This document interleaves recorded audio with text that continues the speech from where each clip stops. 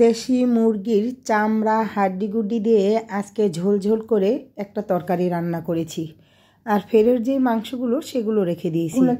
আর দেশি মুরগির এগুলো যদি একটু ঝোল করেও রান্না করে না তাহলে কিন্তু অনেকটা ভালো লাগে। কি বলেন আপনারা? আমার কাছে তো বেশ ভালো লাগে। বিশেষ করে দেশি মুরগির ঝোলটা দিয়েই ভাত খেতে বা যে কোনো জিনিসই খান না কেন, পরাটা বলেন আর রুটি বলেন, তারপরে ভাত দিয়ে পোলাও দিয়ে সব কিছু দিয়েই একটা আলাদা স্বাদ আছে। ফার্মের মুরগিতে সেটা নেই।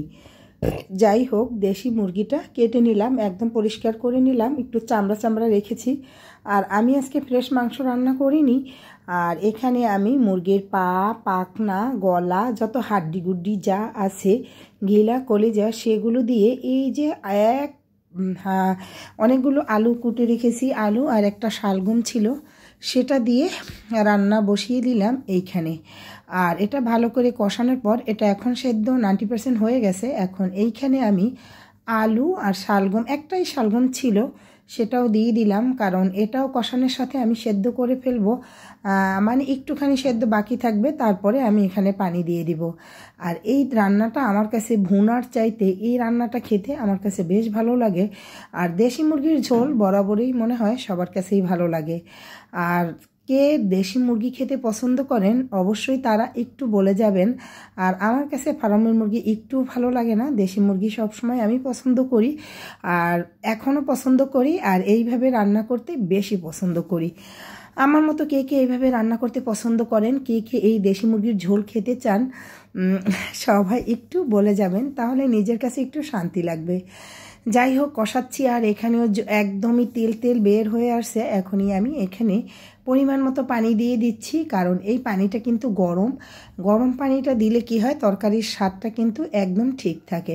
ঠান্ডা পানি দিলে মনে হয় যে এটা হতে অনেকক্ষণ সময় লাগে আর পানসা পানসা একটা ভাব থাকে। যাই হোক, গরম পানিটা দিয়ে আরেকটুক্ষণ ঢেকে রাখবো। তারপর দেখে একদম টকবক করতেছে।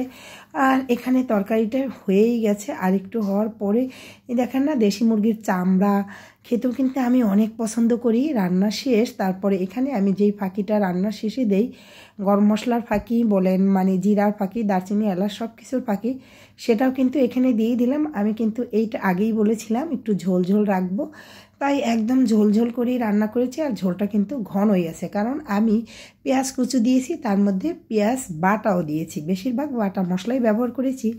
আর এখানে শীত আসছে, শীতের পিঠা, শীত কিন্তু চলে যাচ্ছে, শীতের পিঠা ওইভাবে আর খাওয়া হচ্ছে না। তারপরে এখানে আমি শীতের পিঠায় যেমন চিতই পিঠা, আসলে আগে তো মা ঘরে বানাইতো, আর অনেকগুলো এরকম মজা করে খেতাম। আর আমি কিনে নিয়ে আসলাম, তারপরে এগুলো একটু কেটে নিলাম, কারণ এগুলো উঠানো জানা ভেঙে যায়। আসলে এই পিঠাগুলো এখন আর সেই আগের মতো নেই। এখন ওরা মনে হয় কিছু একটা ব্যবহার করে, পিঠাগুলো সকাল অবধি গেলে মনে হয় এটা আস্তভাবে উঠাতেই পারি না, একদম ভেঙে যায়। যাই হোক, পিঠাগুলো দেখতে যতটা লোভনীয়, খেতে কিন্তু দারুণ হয়ে গেছিলো, কিন্তু সকাল পর্যন্ত এগুলো একদম ভেঙে একাকার হয়েছিল। কে কে এই দুধ চিতই পিঠাটা খেতে পছন্দ করেন সেটা কিন্তু বলবেন। আর দুধ চিতই পিঠা খেতে আমি কিন্তু খুব খুব পছন্দ করি, আর আমার কাছে অনেক ভালো লাগে, আর অনেক মজা হয়েছিল এই পিঠাটা।